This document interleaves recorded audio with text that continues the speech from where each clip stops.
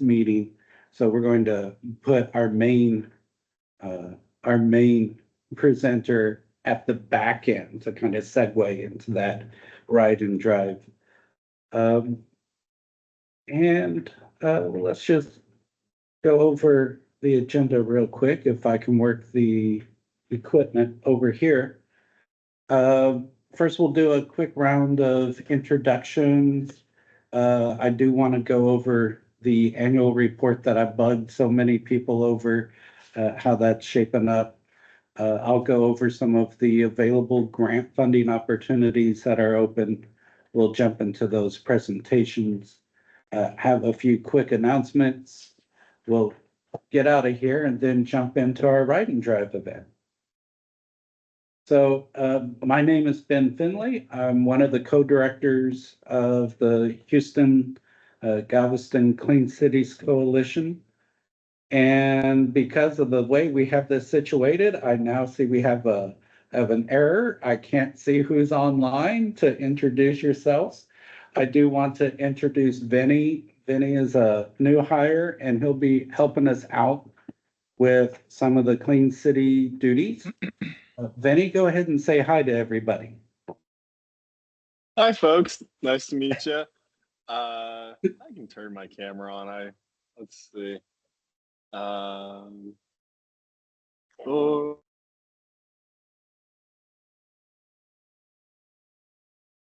Yeah, I don't think the camera is going to work if I'm going to be sharing the slides. I do also want to introduce a few more people.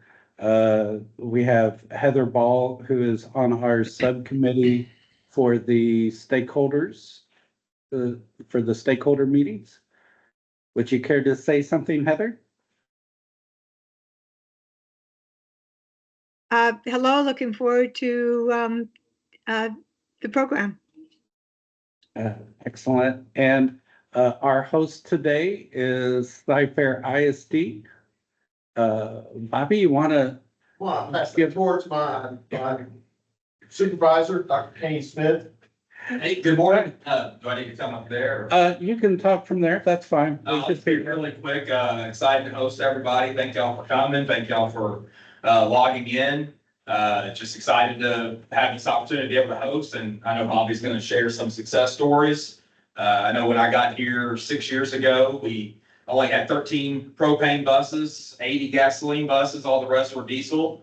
We've had such success with propane that we're now to 416 propane buses in the fleet, which is what makes up the majority of our fleet. Most of our route buses actually run on either propane, or we did have 10 EV buses we were able to add to the fleet this year as well. So a good mix of fuels, and I know Bobby's going to go into a whole lot of detail about that. And I don't know if he is or not what he's going to say, but I trust him to be able to say exactly all the successes that we have in this in the department. We're a large operation, transport about 80,000 students every single day, 1,027 buses in the fleet total. And we wouldn't be successful if it wasn't for Bobby over our shop, and Ms. Cheryl Hill. I made her come down. She's our associate director here. She's been with our district for quite a few years. She runs the show. She just tells me what to do and where to be. She's the brains of the operation. But again, just excited to have y'all here, and looking forward to having y'all go out and check out our shop and do the ride and drive. And thanks for being here. All right, thanks. And did we have either of our chairs come online? Yeah. All right, well then I'm going to jump on into the annual report. Right off the bat, let me refresh us of why we do this annual report. First, the annual report is an obligation with our contract with the Department of Energy. It documents our region's efforts in stretching the nation's fuel by helping fleets transition towards these alternative fuels. There's also an emphasis on the amount of gallons of gasoline equivalent reduction, or the GGE reduction, as well as greenhouse gas reductions, or GHG reductions. This report is compared to previous reports we have submitted to identify regional trends. And the trends help our region to plan for the future and may be used by the federal agencies to help plan for future funding and future funding opportunities. And come on, you can do it. This year, we've received 38 responses, which is 13 more from last year. If we count each item reported in the survey as a project, we've also increased our project count by 83. There is some good news here. We've increased both our GGE and GHG reductions from last year. Our GGE reduction was made up or was up by a little over than 6 million gallons. And we did exceed our GHG number by almost 2,000 tons. So that's the good news. You know, I'm not too worried about the GGEs at this point, but I did have a feeling that we were going to be tight on those greenhouse gas emissions. So there was this heavy push to document some VMT or vehicle miles traveled strategies such as teleworking and idling policies go into that as well. So I'll get into those in the next few slides. But here is some confusing results that we found. According to our surveys and the responses in the surveys, we had less electrical vehicles and less alternative fuel vehicles than last year. One of the rules of this game is that if we don't receive a survey this year from somebody that filled it out previously, we can still claim that data, but at a 20% loss. And after 5 years, you have to write them off. So we did drop some significant electrical and alternative fuel surveys because of a loss of obtaining their surveys. Yeah, the EVs are in your respondent pool. The EVs we got in the respondents pool, I want to say we had Are they light duty or commercial? oh, I see what you're saying. Yes, we go from heavy duty and medium duty on that. There was some opportunity for light duty if they are part of a fleet. We're not going to go out into the public and say, oh, you drive a Tesla in. We're looking at fleets at this point. So this means there were almost 11,000 in 2022 survey that said we have one. Whereas the respondents in 2023, there were only 1,850 respondents that had, medium heavy duty vehicle. Right. So this is Right. just a function of the respondents. Exactly. Okay. Exactly. This isn't what's out there. This is what we can document from that survey that circulated around. Okay, let's see. Where are we? Anything else? It's the 5 years. Okay, let's keep going. All right, looking at the GGEs, we saw a great reduction from those vehicle mile travel strategies, and the alternative fuel vehicles that did come in. Almost 8 million more gallons were saved. We were able to document that. This basically means that with the loss in the number of alternative fuel vehicles, we saw an increase in the usage of the alternative fuel vehicles that we were able to document. So there were more miles traveling around. However, we did take a hit in the idle reduction and the hybrid vehicles compared to last year. So good news, bad news, overall, okay with GGEs coming in. Now, the GHGs are a bit of a different issue going in. We did make an extra 25 tons on our reduction. So yay, we've kind of turned the ship. But we countered that loss with our the loss within the hybrid and the idle reduction. We covered that with our vehicle miles travel. Again, that's the teleworking, carpooling, those type of strategies. And we did make an additional reduction of 22.8 tons overall. I'm sorry, the VMT gave us we did increase the reduction in VMTs of 22.8 tons, which gave us the increase of 25 overall.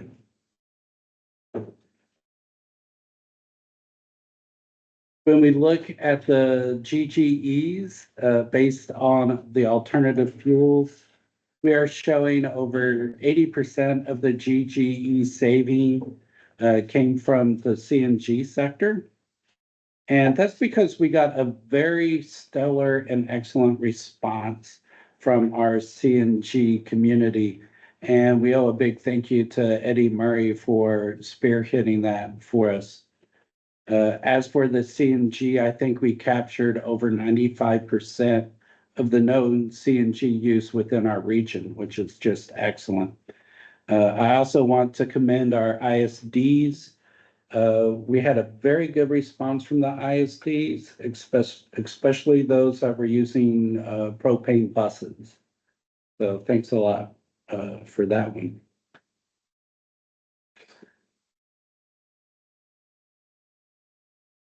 Let me jump my notes here. Here we see the breakdown of GHGs, the greenhouse gas reduction by fuel. Due to the large response from the CNG community, we do see that almost 70% of the greenhouse gas reduction came from CNG, where CNG is great for the gallons of gasoline equivalent saved.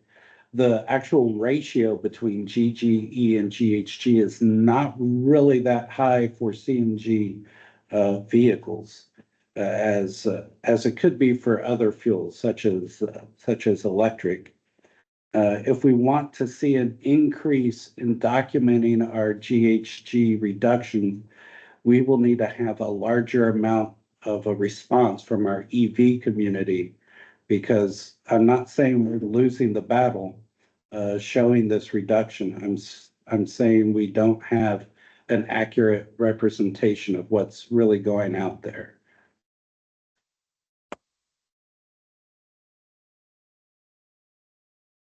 Now, I like the next two charts we'll go over. Here's what it looks like from 2009 to 2023. First, it does look like we've stopped our decline with GGEs, and we are in the process of turning that ship around. Each of these bars are sectioned by the categories we've reviewed in the previous charts. The EV and plugins are in the deep red, and you can see where it phased out to where we basically have very little EV representation in 2023. Some of the hybrids and fuel economy improvements are kind of in the same situation, but as a whole, I think this graph shows the Department of Energy that we are turning the ship around. We're beating the bushes. We're getting more responses, and things are looking good for next year if we keep on track. Greenhouse gases is another matter. Again, we see how the hybrid and electric vehicles kind of phased out.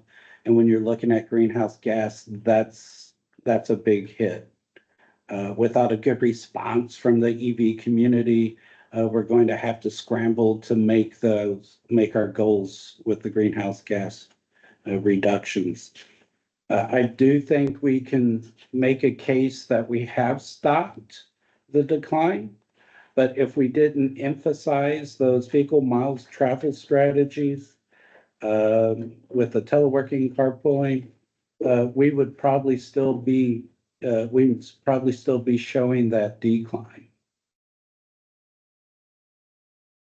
So, in summary, here are some of the suggestions I'll be taking to the annual survey subcommittee. First and foremost, we need to maintain our connection with that CMG sector. What we've done this year worked very well.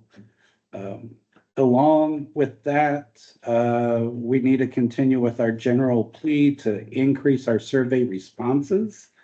We need additional emphasis and responses from the EV sector, organizations that have aged out with that 20% rule. We need to get that data back in and keep going.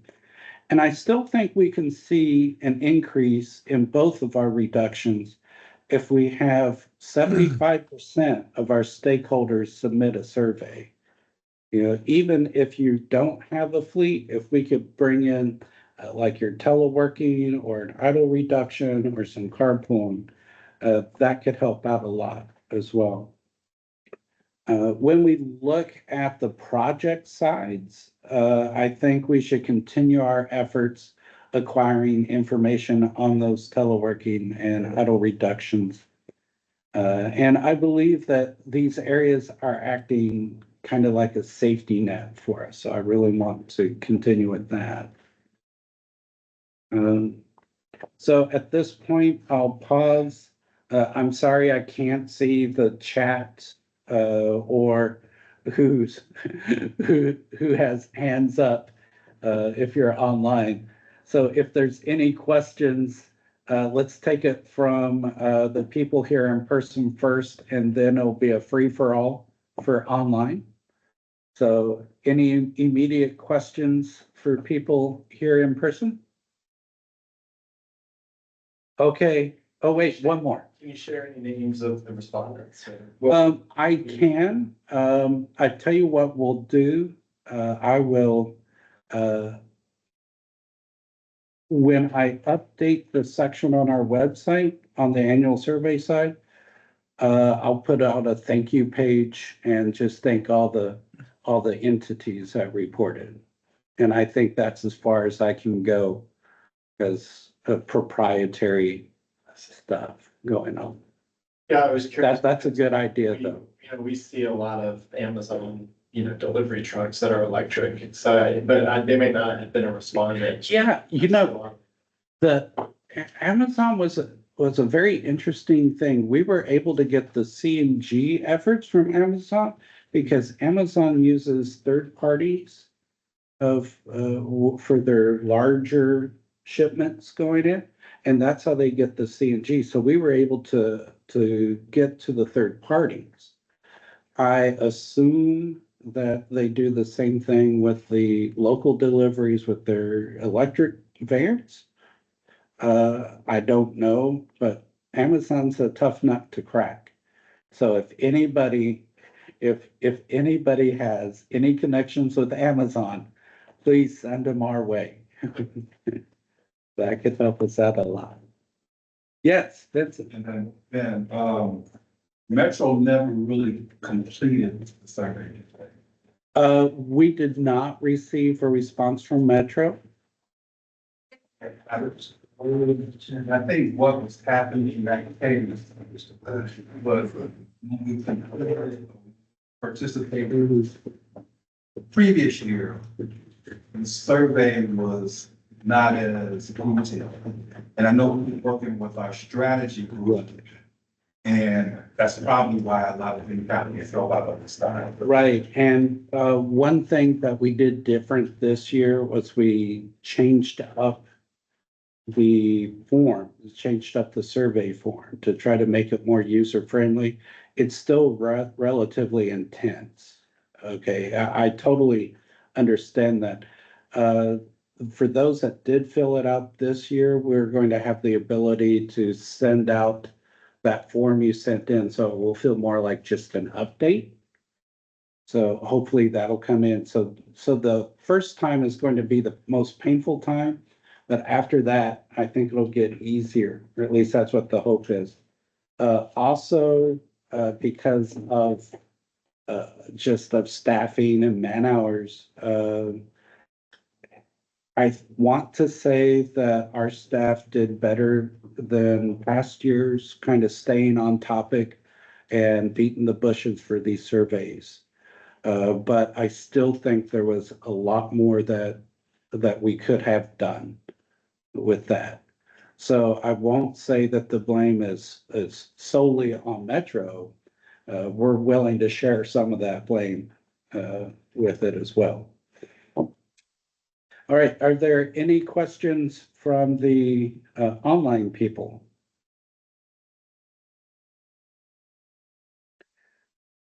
Silence mean that I did a great job. I'll take it. Okay, before we continue, I do want to say that our chair did join us here. Vincent, would you care to say a few quick comments? Sure. Good afternoon, everyone. I'm Vincent Samuels, work in the systems planning department within Houston Metro. This is my second term being chair of the Clean Cities Coalition.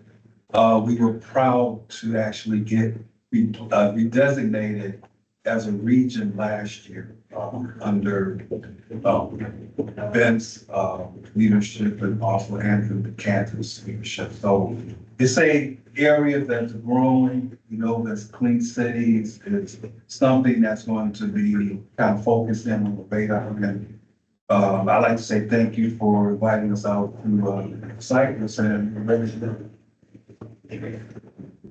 All right, thanks. Let me get a brief update on some of our subcommittees. First and foremost is the stakeholder subcommittee. This happens to be our very first attempt of taking the show on the road. This was one of the original suggestions from our stakeholders. We're going to do at least 4 of these, the next 3 on the road. So if you have a venue that we can bring 10, 15, 20 people to, have some Wi-Fi access, let me know. I know we already have Roadrunner has offered their facilities. We'll probably be there next time. Also, we've moved these meetings to lunchtime to have more of a lunch and learn atmosphere. So if anyone wants to sponsor food, let me know. We can work some things up. We did get a suggestion that our next meeting, our Q3 meeting, deal with medium and heavy duty vehicle electrification. I think that's great. We'll see what we can do to work that one out. And at this point, we're looking at that Q3 meeting being somewhere around the week of September 16th. There's a few conventions and trainings we'll have to work around, so we don't have a set date, but that's the time frame that we'll be looking at. Moving on to the annual survey subcommittee, just went over the results. Technically, those results are not concluded. Those are our drafts. We have to wait for the Department of Energy to run their audit on it, and then we get the official, yes, that's good, that's what we have for you. So I'll come back by the, there'll be a mention at Q3 saying our annual survey figures are this, this, this. And our grant subcommittee, I do want to let you know that there will be, that our second webinar for all the Clean Cities coalitions in the state of Texas is going to be July 17th. And that's going to be focusing on how do you fill out grants. So if you're a grant person or you need funding from grants, make sure to look for those emails and join us on that webinar. And for our events subcommittee, stick around for the ride and drive, which will happen directly after the stakeholder meeting, this meeting. Yay! It's popcorn and chips, so. All right, thank you.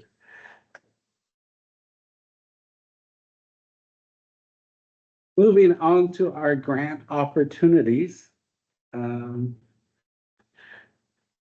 Most of this information can be found on the statewide TURP website. Grants.gov is where I go for the obscure grants that we may not know about. And I also do a brief little run through of our other coalitions throughout the state and Louisiana, just because I have friends in Louisiana. I want to check up on them. Okay, with that said, let's look at what we have for vehicle purchase, lease, and some repowers. The EPA has a clean heavy-duty vehicle program open, but you'll need to act quick. That deadline to apply is the 25th.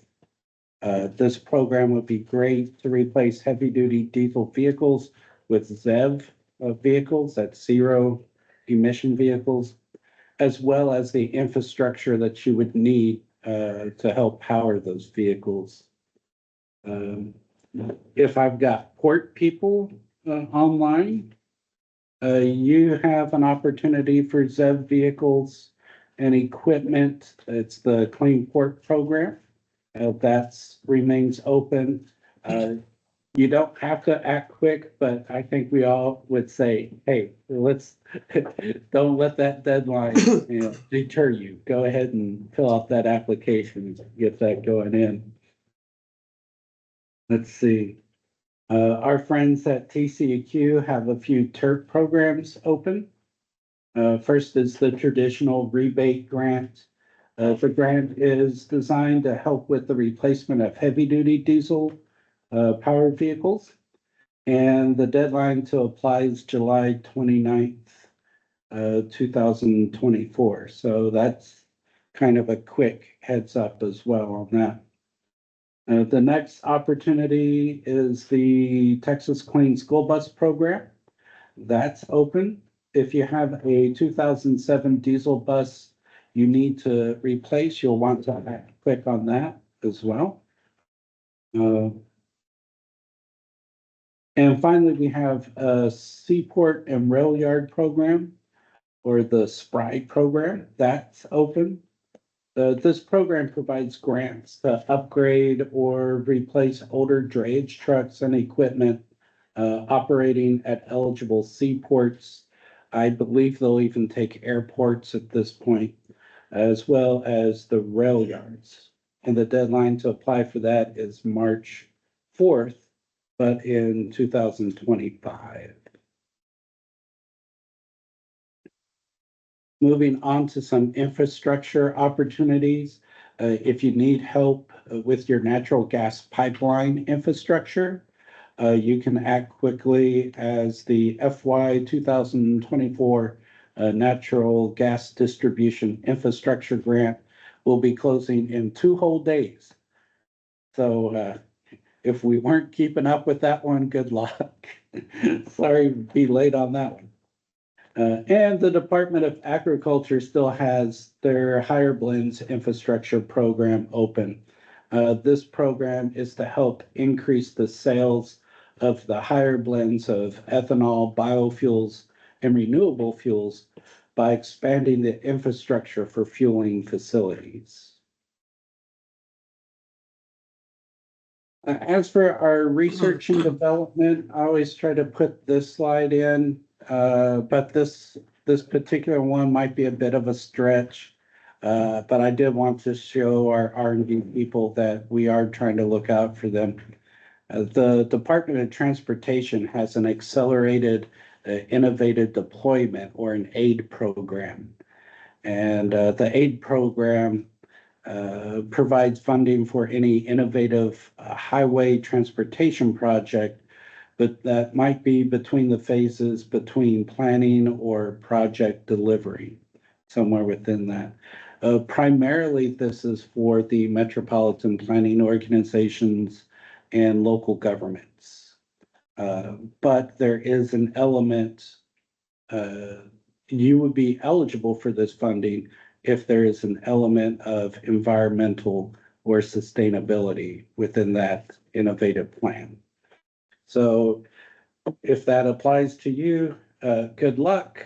The deadline to apply for that is May 26th of 2026. Next up is the Texas Volkswagen Environmental Mitigation Program, or as Jessica calls it, VMEP, The text. the TextVEP. Good job. Me too, much.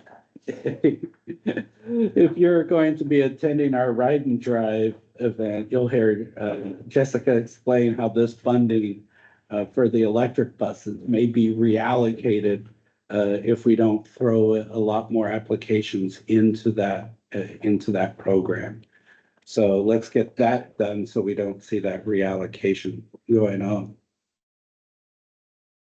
And the last thing is the bipartisan infrastructure law. There's still numerous grants that you can search for on that one.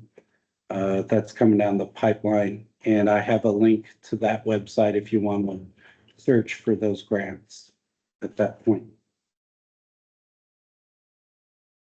All right. At this point, let me turn it over to Bobby Williams, who will share some of our success story or some of their success stories from Cypress Fairbanks ISD.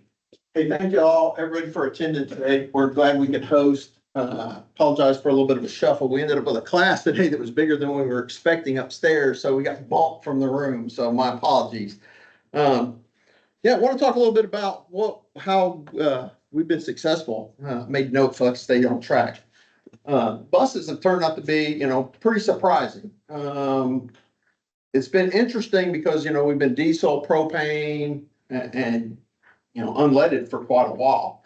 And changing to electric, of course, there was a little bit of people nervous about it. And once we got them, it's kind of funny because now they fight for them. They've turned out to be really good. And there's a lot to it whenever you're looking at these. One of the biggest things you want to look at are your chargers, to make sure that you're getting your right chargers. Make sure that you do a lot of background on that and make sure that, you're looking at that with your infrastructure to make sure that you're getting, what you need when it comes to the charger. Make sure that's going to fit your application.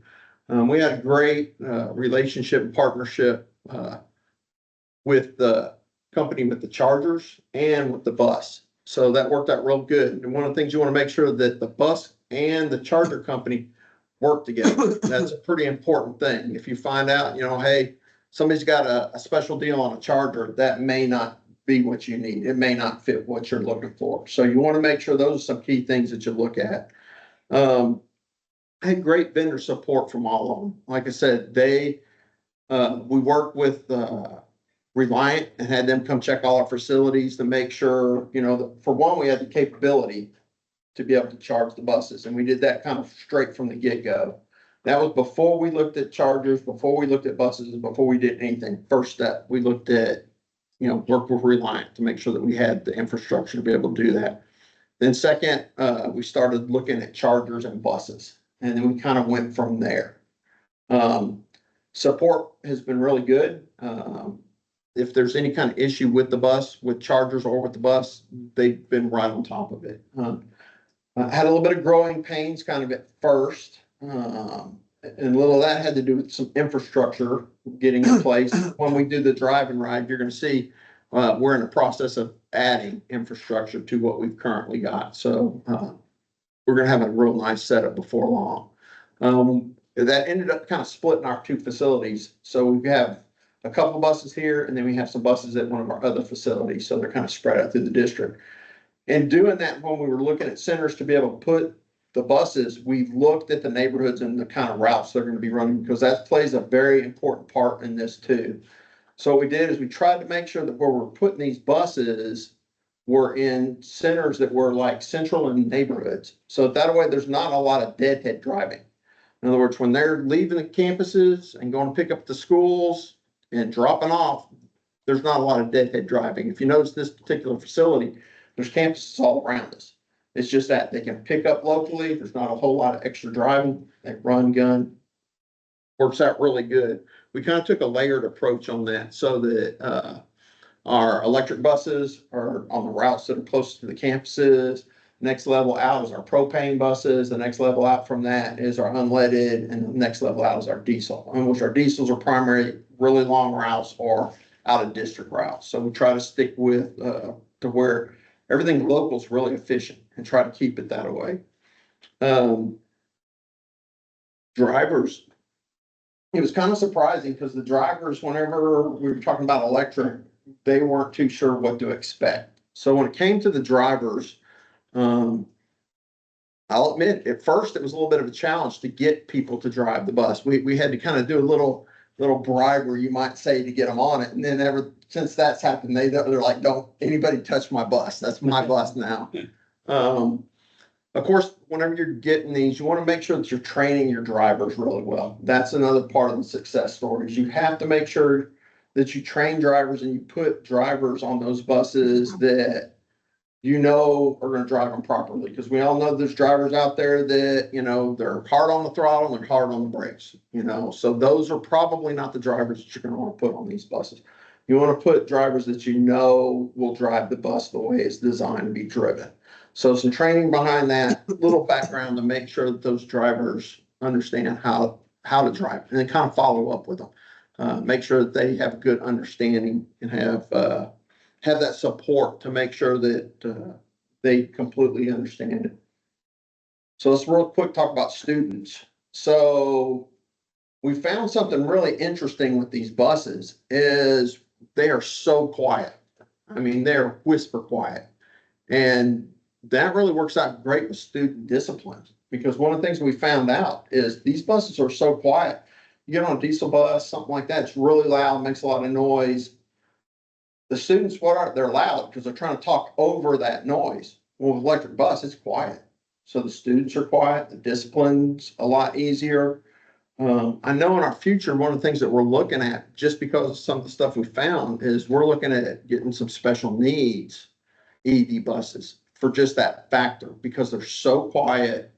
You know, some of those students can be triggered by sounds, noises, things like that. If you've got a quiet bus that they're on, it's another bonus. So we found a lot of bonuses that go along kind of with these buses that were unanticipated. The other students, they really, really love it. The other thing that they like about it is the ACs on these buses are outstanding. Part of the reason being because they're not tied directly to the engine. So if a bus is sitting in idle, the AC compressors are continually running at a constant speed. So it doesn't matter. It's not, if they're sitting, they're still cold. If they're going down the road, they're still cold. There's no difference in them. So especially with our Texas heat, that's why they now drivers fight over them, because it works so good. The other thing that we found is maintenance. Maintenance on these things is really, really low. Basically, we're bringing them in, we're doing inspections on them where you're just walking around, you're making sure that, you know, everything's greased, the tires look good, brake wear is practically nothing. We haven't had them long enough to be able to get a really good indication of how our tire wear is, but it doesn't look like it's going to be much different than anything else. So as far as like cost on the shop side, it's been pretty minimal. The issues we've had with them have been pretty minimal. So they've been pretty good. I know sometimes that we've gotten questions about this, about how heavy they are and stuff like that. Everybody's worried about how heavy they are and are they going to tear up the roads. Well, they're not any heavier than a diesel bus full of fuel. So they're basically the same weight as everything else. The other benefit to it is the battery pack and everything centrally located. So these things handle fantastic. I mean, it's amazing how much better these handle. The other thing was acceleration. And I kind of left that for last. Because that was, oh, these things aren't gonna go very fast, they're not gonna get out of their way or anything else. These things will outrun just about everything that we've got. Plenty of acceleration, plenty of power. So they've got great power. Range has been good on them. We really haven't had to suffer from range anxiety because we routed the buses to meet, we routed the routes to meet the buses. So that way they're on appropriate routes for those buses. Yeah, there's been some times we've gotten caught in traffic, but it's still, they don't use as much power as I think people think they do, especially when they're sitting at idles or something like that and you're in traffic. Not a whole lot of drain out of them. So we're not seeing a whole lot of that. So it's got some pretty good advantages to it. We're really excited to hopefully continue our program with electric and keep it growing. And it's like I say, we've seen a lot of advantages out of it. So anybody have any questions or anything? Yes, sir. So, great presentation. When did, Cypress decide to go into the electric bus?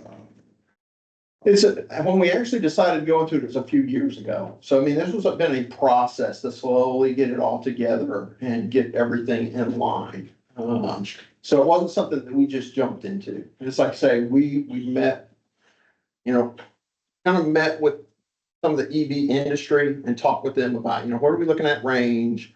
What are we looking at price? We started looking at grants and everything else, and it's been a process. So it hasn't been anything that we jumped in. We researched every part of it. We researched, like I said, the power, the buses, the chargers, the infrastructure it was going to take. So it's not been anything that we jumped into real quick. And what's your fleet size? EVs, we have 10. Anybody else? Right, go ahead. What range are you looking at with the reps? They're running about 50 miles a route. I mean, they can do more than that, but it's like I say, we're giving ourselves a cushion for traffic. And they can recharge before the PM? Yes. And we're not running like the quick chargers on those. So they're just regular chargers are charging up and they're ready to go. We do have a quick charger, but, and we're not needing it. We're finding out. We only have one. All the rest of them are, I think they're 60 kilowatts. So, yeah, they're charging them up without any issues. So. Did I hear you say you had some at this facility or some? We have 2 that stay here all the time and the other 8 are our Falcon facility, but they're eventually all going to be here. Like I say, you'll see when you go out, there's a big trench running across our parking lot where they're getting ready to put that all in. Yes, sir. Yes, I'm Robert Sanchez Cohen. We're from the Houston Electric Vehicle Association, and I think we may have crossed paths by email before. If you'd like to give a talk at one of our meetings, you're more than welcome. We've got our cards here, and you don't even have to go in person soon, but we prefer you to bring your toy. I'm sure we can arrange something. Yeah, that's great. That's why I say that I really think, especially in our market, I think the EV buses are a really great fit.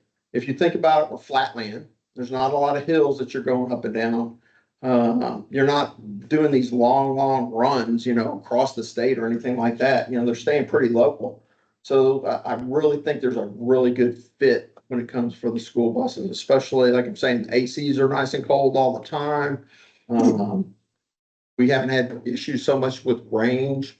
Drivers really like them. The students really like them. So I see them hopefully in the future. Yes. What's the total bus fleet size at Sunbury State? We're like 1,027. I think that's what and that's just buses now. So I guess, do you all have an idea or a plan or a timeline in thinking about how quickly you want to electrify? And additionally, have you thought about electrifying like the other fleet vehicles? There's been talks about it. I think right now, so like anything, it's brand new. So right now it's a proof of concept, of course. So, we've got our 10 buses, we're running them, we're collecting all the data off them and everything else to present and then go from there. Because I could see police cars as a prime example. A lot of police cars sit at a campus and while they're sitting there, I mean, that's perfect. They're not using that much power. They're sitting there running air conditioning pretty much, patrol on the campus is a real slow speed. So, that's what I'm saying. I could see some of this potentially stretching into other departments as well. I guess, have you received any pushback from anybody in the community or in the? A little bit kind of at the beginning, a little bit, and it was like, say, concerns on, hey, these are heavy and they were gonna tear up the roads and everything else. But once you start explaining their weight's almost the exact same as a diesel full of fuel, that, it's pretty much the same. And that's pretty much really all we've heard. I haven't heard much. Oh, sorry. I'll wait. Go ahead. Yeah. But I can ask you later a little bit more, but operationally, do you have a sense yet how much you're saving on? No, but they're working on collecting all that data right now. We're kind of running on a temporary infrastructure, you might say, to where they're putting in the big, where it can totally be monitored, where we can control the charge rates, everything else. And that's, like I say, when we walk outside, you'll see that. That's all going in place right now, so.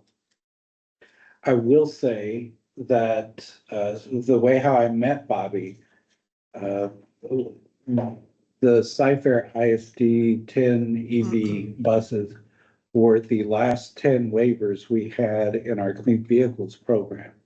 And this is the very first grant I've worked on that dealt with an EV anything. So I was just floored. And so far on the grant side, everything's going pretty good. So it's funny Thanks because for bringing that up. they're tracking our buses, but we also have our own system. So as far as like miles traveled, where they go, everything else, I know that y'all get a report as well, but we're the same way. So I get a weekly report of where that bus went, how many miles it traveled, everything. I mean, it's very detailed on everything that bus did. And I just have it set up automatically. So that way if Ben calls me up and goes, hey, if you got this, here you go, sir. So, yeah. Yes, sir. Our other school districts, I live within HISD. So has HISD reached out to you to kind of share information? I've heard from HISD. I know Dallas, I believe, has a big order coming in. Austin's got quite a few coming in. There are a few others, and I can't think of them off the top of my head, that are in the state that have them. We weren't one of the first, but we were real close to being there, so. In our region, I know that Aldine ISD received a grant. There's been a lot of reports, and just recently, in the most recent round of EPA rebate funding, $31 million into Texas.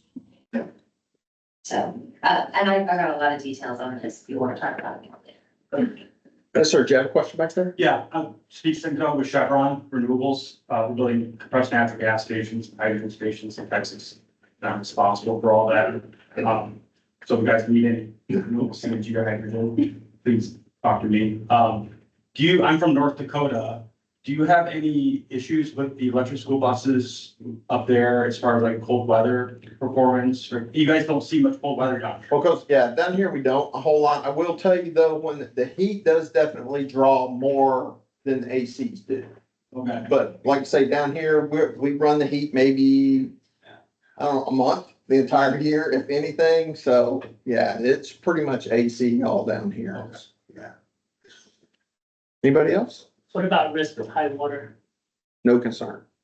Yeah, we had them out with, the events we've had and no issues. Yeah, no concerns with them. There's so much safety built in those, and if you start kind of doing some investigating as you're doing your research, you're gonna find out these things are, if anything, they're overprotected. If there's any kind of thing that it senses that goes wrong, it'll shut itself down. Remember I said kind of at the beginning, we had a few little glitches. Part of the glitches were the safeties were set so tight on it that with the heat that we have and stuff and the compressors and all that, it was seeing amperages that were a little bit higher than were anticipated. And that was one of the glitches. They had to go in there and adjust that a little bit because there's so much safety built into these things to where the bus and the charger are both communicating back and forth. So if there's a problem with either one, it just won't do anything. So. Yes, sir. Is there any kind of mandate, that you have to get your electricity from renewable sources, or is that up to whoever's cheapest? That it's through, we have an energy management department and all that's handled through them. So, yeah. So two questions. How long is your proof of concept? You know, what's that duration? And let's see, my other question was, I forgot my second one, but. I think we're probably looking at like 4 to 5 years to kind of get a good picture of it. And part of that is because we buy our buses on bonds. And these happen to be kind of at the end of a bond package that wrapped up. So as we prepare for the next bond package, we'll want all that data and that information that we can present to the bond committee for them to review. And then be able to figure out which direction they're going and how they want to go from there. Plus, I'm sure grants are going to play into that too, cost of buses and everything else. So. And my second question was the utility infrastructure. You said that, so there were some snags, but it sounds like Reliant was helpful. They were. The snag was on our end, when we were building the building, part of the infrastructure got left off. Oh, for the electric Mhm. service. Okay. So, yeah, so we had a little snag there, but yeah, that's all been taken care of. I see. But is the facility designed to accommodate a lot of electric Yes, vehicles? yeah, in fact, this one, they're looking, the infrastructure we're putting in, I'm trying to remember, I want to say it will be able to come possibly, I think it's like 50 buses, because they're doing like one set of complete stalls and then in the future, adding on to it for the next set. So, I see. Gotcha. Is it just gonna be, the rollout plan, would it be CNG and then an EV? Or would it be fuel cell mixed in there as well with all the hydrogen stuff going on, or do you know yet? don't know yet. Right now, it's primarily, so we invested heavily in propane. Yeah. So propane's our main one right now, and then electric, we're looking at those two right now. So it's gonna primarily be propane. Yeah, a lot of companies are moving on renewables, CNG. Yeah. And then fuel cell or electric. So don't get me wrong, we're really curious at Cummings and the new hydrogen and what they're doing, and a little disappointed at Cummings with them falling down on the propane, but Yeah, we do a lot with hydrogen and it's production's the issue now. Yeah. So I mean, till that catches up. yes, sir. Is it Metro working on fuel cell? I mean, they had some EV and they were buying fuel cell, I believe. Actually, they were in the process of purchasing 20 electric buses. With the change in leadership, I think that has slowed down. Yeah, but that's been a year since we talked to we went to the transportation center, got riding bus, yeah. Was But that in December? Pardon? In December? No, it was sooner than that, yeah. It's been a year probably since we were there. So, as again, it's a new leadership, new board. Right. I'm sure those. Is it, they were talking about buying 10 EVs and then 10 fuel cells or something like that. Heavy. Anybody got anything else? Did the grants, what percentage of the infrastructure did the grants pay for? I don't actually remember. We just Yeah. did the buses. Or Yeah. my grant did the bus. I don't know if you got grants for. Yeah. Okay, so the infrastructure you may have. I'm thinking we ended up paying for that. Okay. Yeah. Yeah. So, Some awesome. of the programs though do cover 100% of the incremental costs of the infrastructure, so. Well, thank y'all. If you think of something else, I'll be Just here. real quick, is there anybody online that has any questions or comments? Just go ahead and chime in. Don't forget we're online. If not, silence means you did a great job. Thank you very Hey, much. No, thank y'all. this is Gary Hedrick with Enterprise Mobility, representing the Enterprise and National Car Rental brands. Great conversation today. I wanted to ask you, what is the anticipated life of the buses that you've purchased? And have you looked at budgeting the cost of battery replacement and how long are they going to last? I know they normally warranty those up to 5 years or so, but I've heard like on Teslas, it might be $20,000 to replace that. And have you thought about that going into these? Yeah, so they're actually warranted for like 7 years on the batteries. And the life expectancy, we're like I say, it's all brand new, so we're hoping 10 to 12 years out of them. And, you know, if we're lucky, we'll get more than that. Of course, it's, part of it's playing on using your chargers properly. You know, that's gonna be a big play on, you know, how that life of that battery is gonna end up lasting. So, yeah, and, you know, we're hoping too, you look at what battery prices cost now plus bus prices, and hopefully by that time, all of that has come down. The price of batteries, the price of the buses. So yeah, that's what I say. That all falls into that whole scope of reviewing and figuring out what we're going to do for the next round. Gotcha. And are you using the onboard technology? Since I'm not there in person, I can't see it, but are you using what comes with the vehicle, or did you add additional tracking? Additional. Yeah, we actually we're running geotab on them. Okay. So that way we can track everything. Gotcha. Yeah, they give you some good data and analytics. For sure. Any other comments or questions from online? Great. Well, thank you very much. Thank you. Thanks. Good job.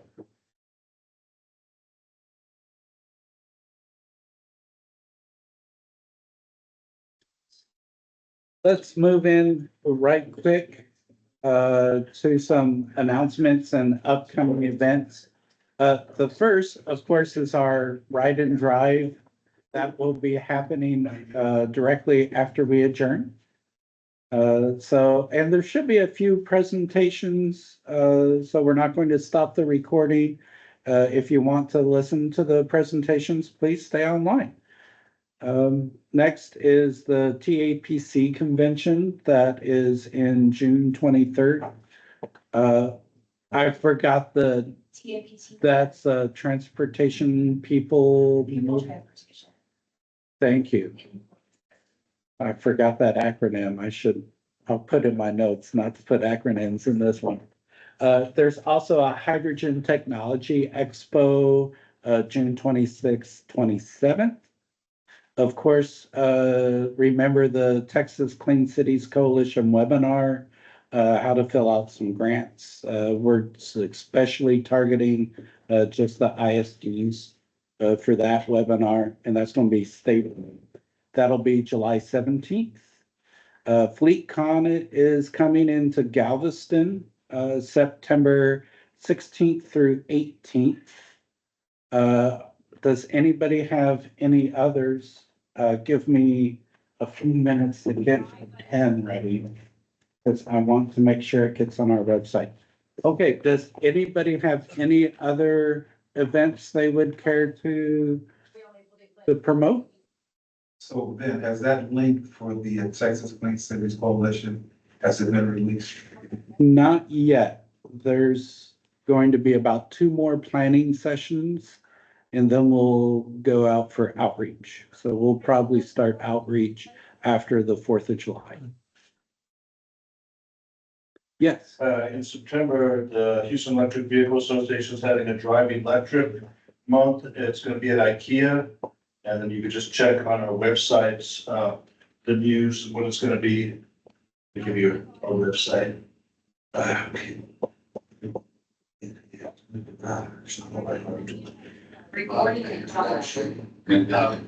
Is Houston.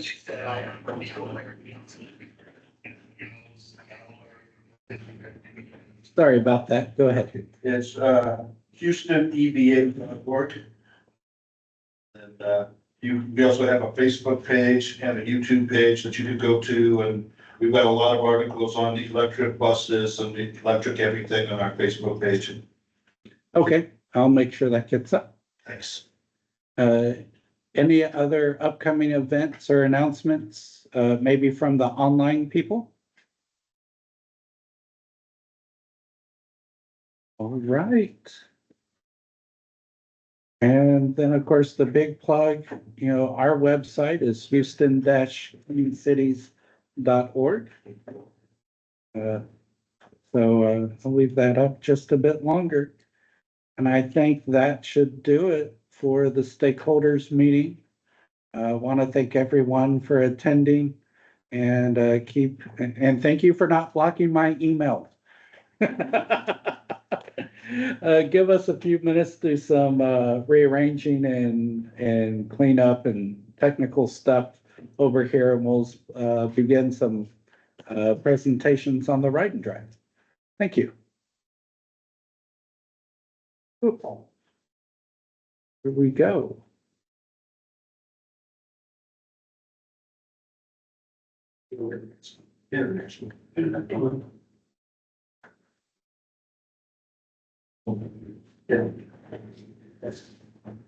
So, Snacks or anything in the back. There's sodas and sparkling waters. Seriously, there's no need to be hungry or thirsty.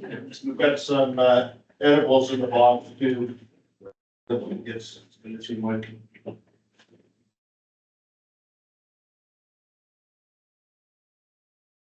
let me see. So we really don't have a structured agenda for this. I know I have a quick RNG idea I wanted to run for you guys. Just to kind of plant a seed. I know Jessica has a presentation ready to go. Did we get a vendor in? No, but I was Okay. gonna say that, I would love to hear you talk a little bit more about your propane buses. That we can walk around and talk about that, how they fit into the transition. So then you wanna go and then I can. Sure. If I can. Sorry, Ben, what time do you figure we'll go out to the bus? I'm gonna try to fire it up. Oh, maybe about, what, 20 minutes or so? You know, about 10 minutes, I'll run out there and start it up. That way we're not sitting out there in the heat. Don't have to worry about it. And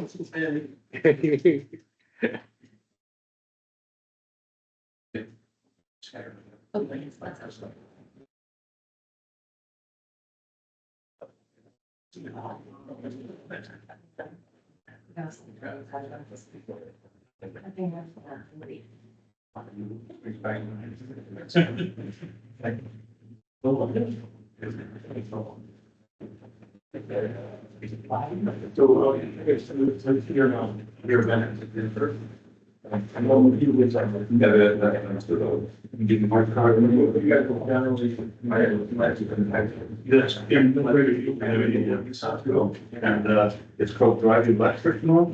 And it's basically owners About these. of EV. Oh, yeah. They show it at IKEA and then. I'm sorry. All right, people online, if you could give us about 5 more minutes, we'll probably be starting in about 5 minutes.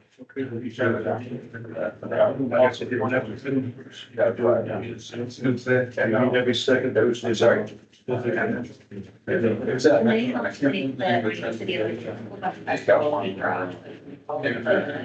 the So what are your? Did they have?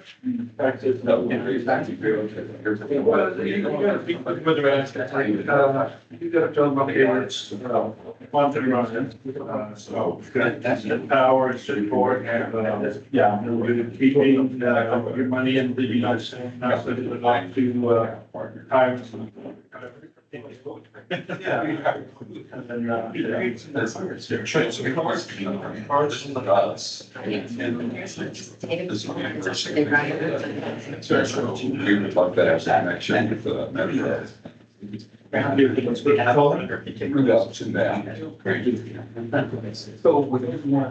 Yeah, you get them. I mean, we're sure this guy, general, this guy's always about most of the EVs,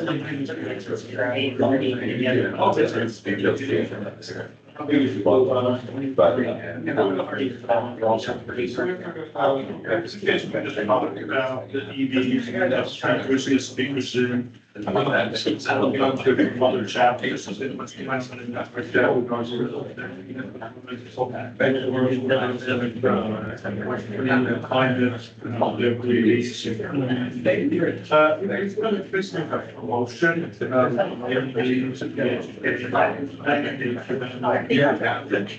Yeah, check out the website. Check out our YouTube page. We have our meetings on YouTube, so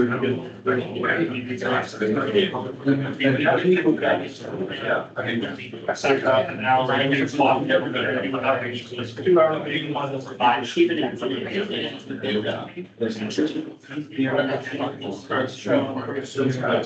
I mean, they were saying about. They really are. I don't know what all this.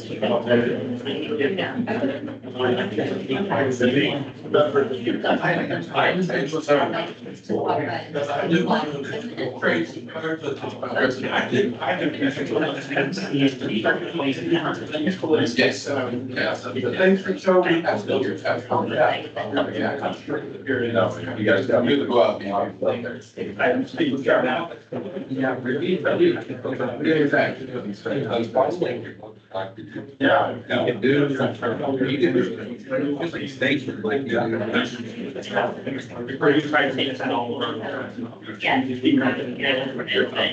Yeah, I'm just going to.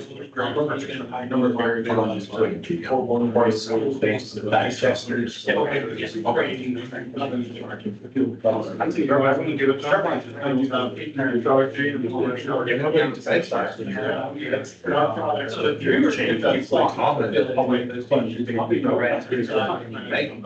I was the back.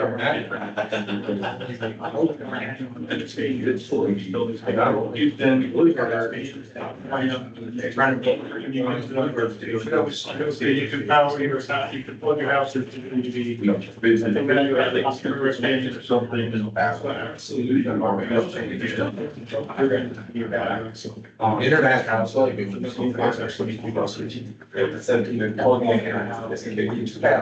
That's all hot.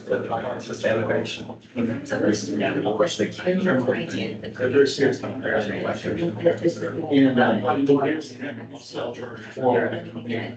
Terrible microwaves. There's still. Okay. In Texas.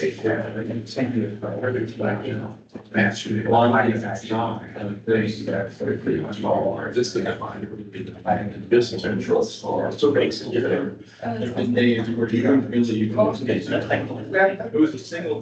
It's. Yeah. But big California. You start to that. So I do think.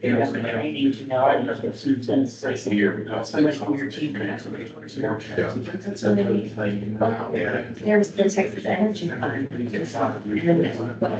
Very much. Obviously, it wasn't commercial. But then the micro. Yeah.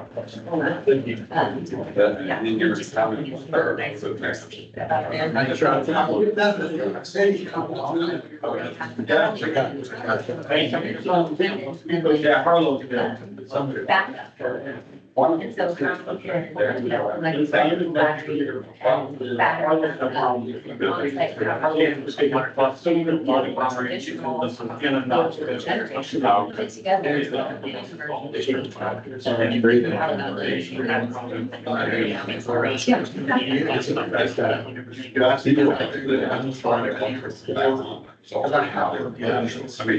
Yes.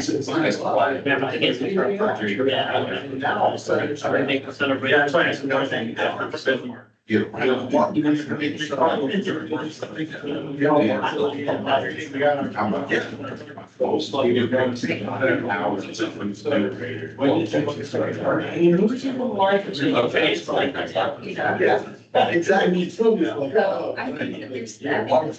It sounds like kind of station. Oh, good. Yeah. That's if you guys are in discussion. She's turbine, their power plant, so I swear, everyone's moving on to the Sure, and that's when we were listening to our house that I didn't know that. It was probably very sure we were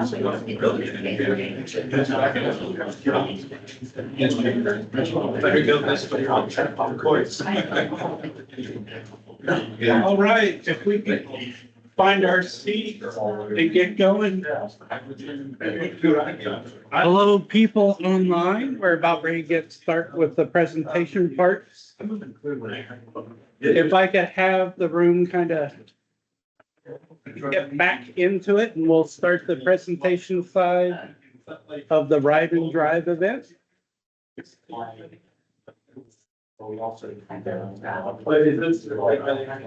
So I want to begin by saying that Clean Cities is a fuel neutral organization. When we're talking school buses, we like to say that we want you to find the right fuel for the right job and use the right fuel for the right routes going. So when we do these Ride and Drive events, we do try to give voices to all the other fuel types that are possible. With that, I want to start off with an apology. We have tried, I lined up about 3 different RNG experts that I wanted to bring to y'all. And with scheduling and last minute scheduling and emergencies, they all backed out. So you have me. I admit I am not an expert. I'm just here to plant a seed of kind of a cool idea I heard.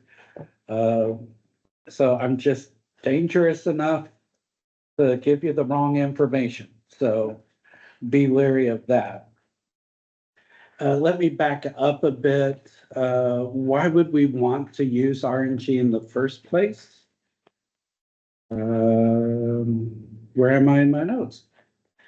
Okay, so RNG is becoming all the rage these days. It's a way to help decarbonize the environment.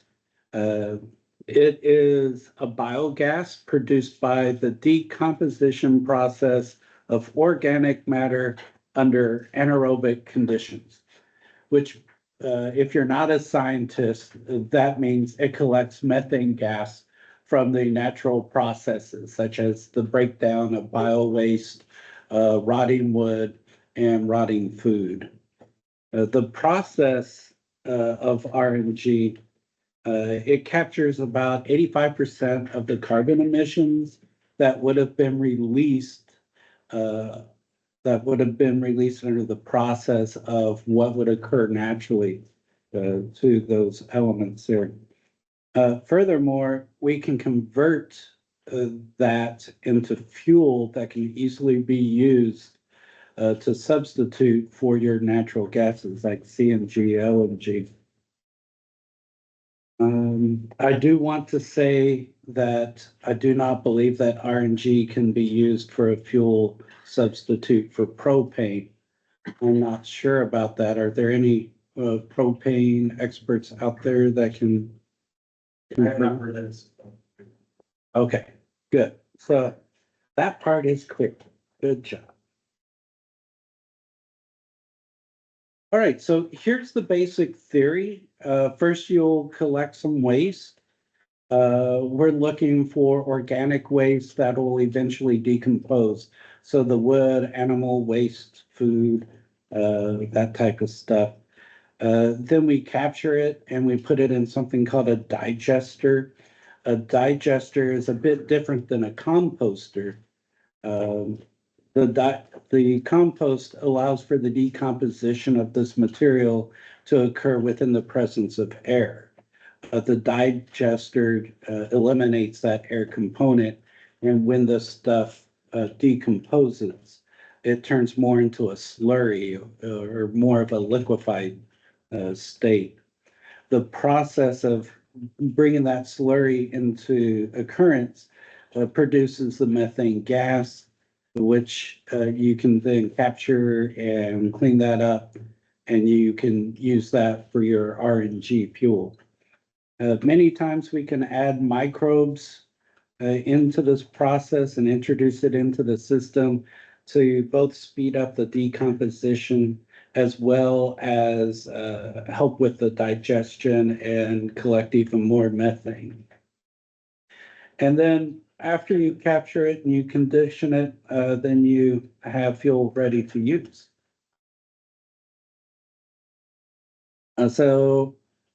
By now you may have pieced together the concept of the seed I'm planning today. Really? Did I pass one? No, I think slides are out of order. Nope. Okay. So here's the idea going on. If we were to collect the food waste from school cafeterias and use that food waste as the material that goes into the digester to create the methane, then you can capture that, clean that, and use that as fuel for your CNG buses. So that is the theory going in. And why should we focus on the food waste and not other waste? Well, on a larger scale, using food waste will help the reduction of the largest components within our landfill. There was a 2020 study that estimated that the average landfill takes in over 35 tons of food waste per year. And that equated to 1/3 of the yearly intake of what goes into the landfills. But on a much smaller scale, schools don't have control of their sewer systems, but they do have control of the cafeterias. A 2019 study estimated that a combined food waste of all the public schools in the United States is 530,000 tons per year. I did some Googling and tried to do some quick math. Found that there was over 97,000 public schools. Did some division, broke that down into pounds, and then eventually came down to the figure that your average cafeteria produces 40.35 pounds of food waste per school day.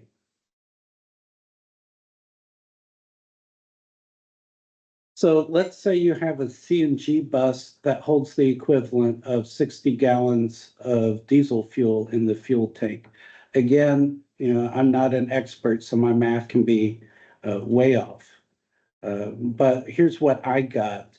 If you have that 60 gallons of diesel equivalent, that equates to a little over 8,000 cubic feet of RNG that you would need to have a full tank.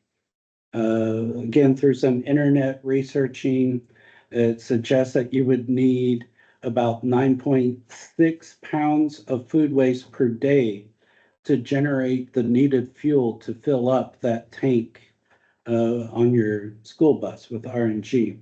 However, you will need to wait an initial 30 days to collect that amount. Using the number from the previous slides, each cafeteria in a school district could produce enough RNG to fuel 4 buses.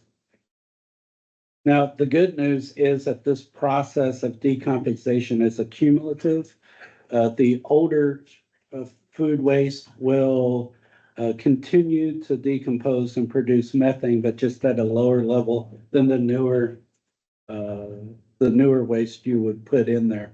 So it isn't, let me wait 30 days, fill up a bus, let me wait another 30 days, then fill up a bus. It'll be accumulative once you get this system up and going. Some things to consider. Again, like I said, I'm not the expert. So you want to find someone who is to get truer amounts of what kind of food waste is needed to generate the type of fuel amounts that you'll be needing.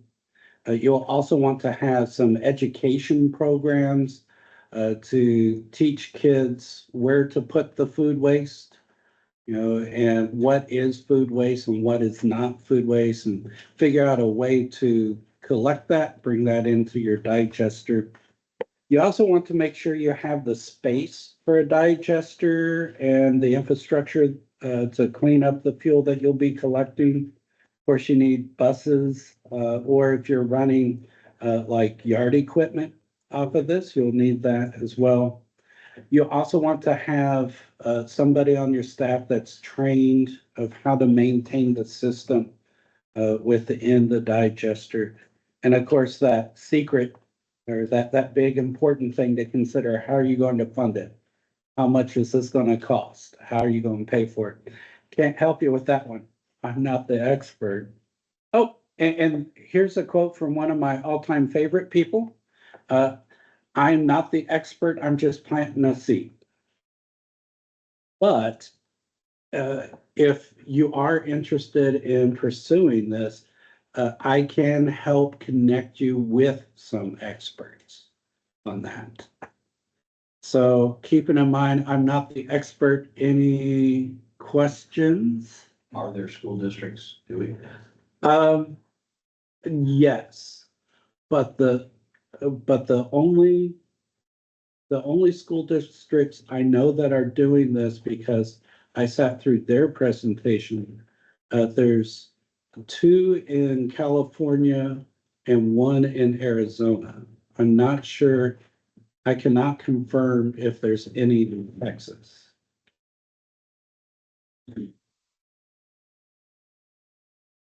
Any other questions?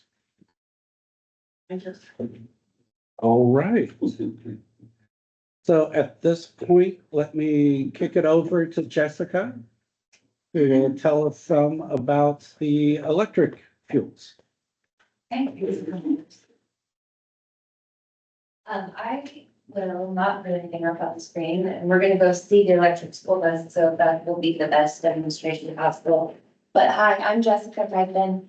I am the co-founder and director of the Texas Electric School Bus Project. And our mission is to facilitate the speedy and equitable transition to a zero-emission school bus fleet in Texas and beyond. We are the first and still the only nonprofit founded in any state specifically dedicated to this task. And the reason that we did this at all, Texas has the largest school bus fleet in the nation, and this is a complicated issue to navigate. And so we wanted to create an organization that is dedicated to supporting the needs of the school districts as they enter into this transition, and really kind of fact find and come up with best practices. So as we enter into this transition, we're doing it with our eyes wide open. We are a nonprofit based in Houston. We get all over the state. I was just in Austin yesterday. We do everything from helping school districts figure out who should be on the team to begin to pursue the grants, to helping sit down and write the grants. Just really whatever is needed as we figure out how to do this here in Texas, and hopefully become a really good proving ground for how to do this elsewhere as well. And if we can figure this out in Texas, we can do it everywhere. So, any questions about what we do? So you just happened to mention Austin. Mm-hmm. And next year is I guess it's the 89th legislative session, I think. Any bandwidth on trying to talk to our lawmakers as far as number 1, awareness, and 2, helping you with the next steps? Great question. So we've got a really great friend in the Texas Advanced Energy Business Alliance, which is the Texas branch of Advanced Energy United, which is a great organization to look into if y'all aren't aware of them. Their executive director in Texas is amazing and is extremely dialed into all of this. They worked with Highland Fleets to draft legislation that was ultimately not successful, but was a good test case for what we can do in the future. And one of the things that we do is partner with the Texas Electric Transportation Resources Alliance, and we do road shows across Texas. So we've gone to far west Texas, we've gone to East Texas, and also to South Texas. And we meet people in communities, large and small, and we've gotten so much positive feedback about this. Especially with the idea, if we can enter into this with our eyes open, asking the right questions, doing good planning, of course we can be successful.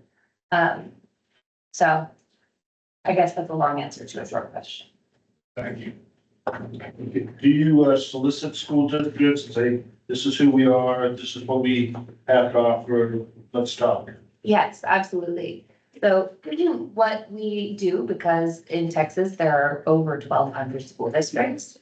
And so just kind of randomly starting the calls would be a little bit futile. So we focus on the school districts that have actively applied for funding for electric school buses and either gotten it or not gotten it, but have shown enough interest that it's worth reaching out, identifying early supporters, finding people who want to be trailblazers, because not everyone does.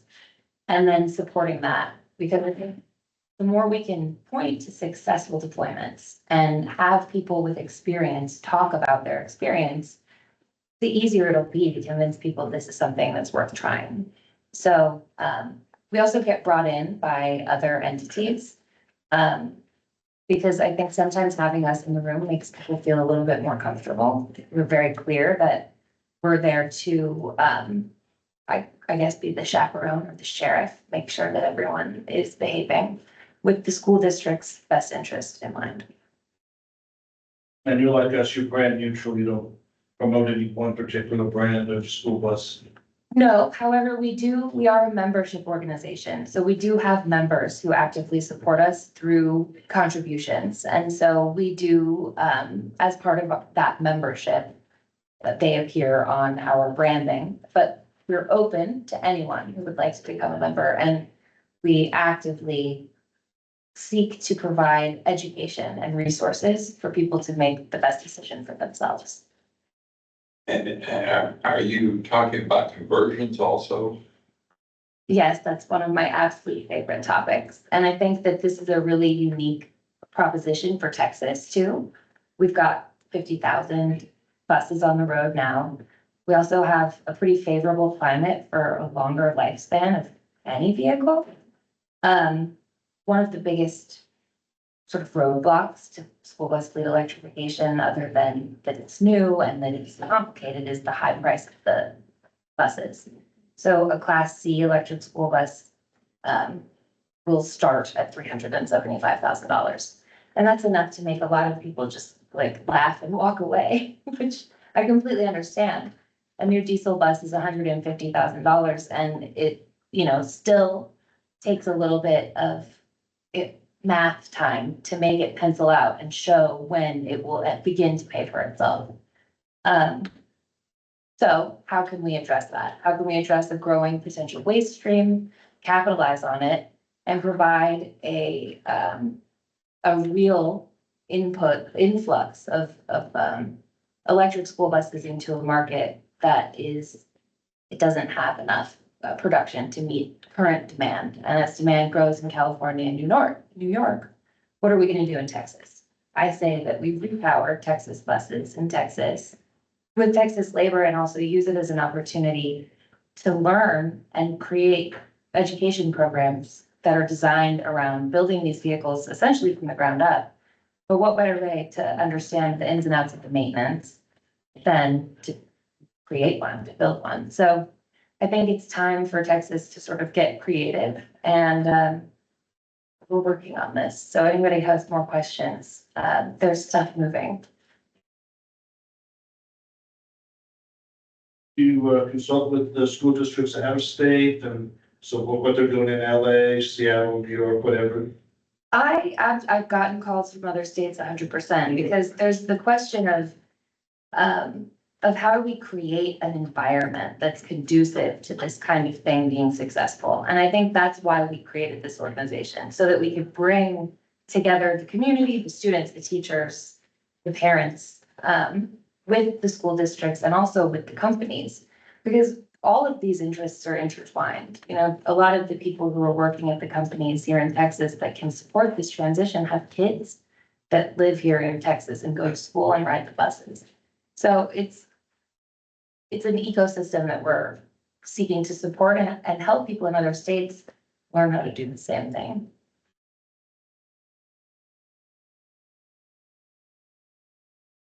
Anything else? And our website's pretty informative too, so please feel free to check it out, texaselectricschoolbusproject.org. And I'm always happy to answer more questions I'm in Houston, but, you know, I like driving around Texas. How's the app doing?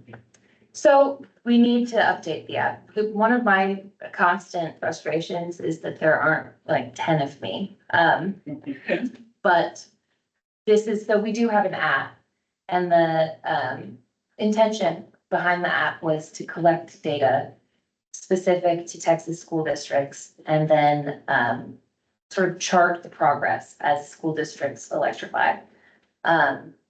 We did create the app. It's really, really cool. It needs to be updated, but that's on our list of to do. And That also helps the school districts figure out what to do next, right? I mean, it helps them with that. so what we're working on now is coming up with sort of a Texas-based playbook. So that when a school district is interested, when there is interest, it's sort of like, okay, here's a good place to start. Take a look at this. You'll get an idea of some resources you can take a look at, maybe a checklist. And so we're bringing all of our sort of collaborators together to try to come up with best practices here. So I'll be reaching out to you, talk to other transportation directors, and we want to make sure that we're getting representative, real information.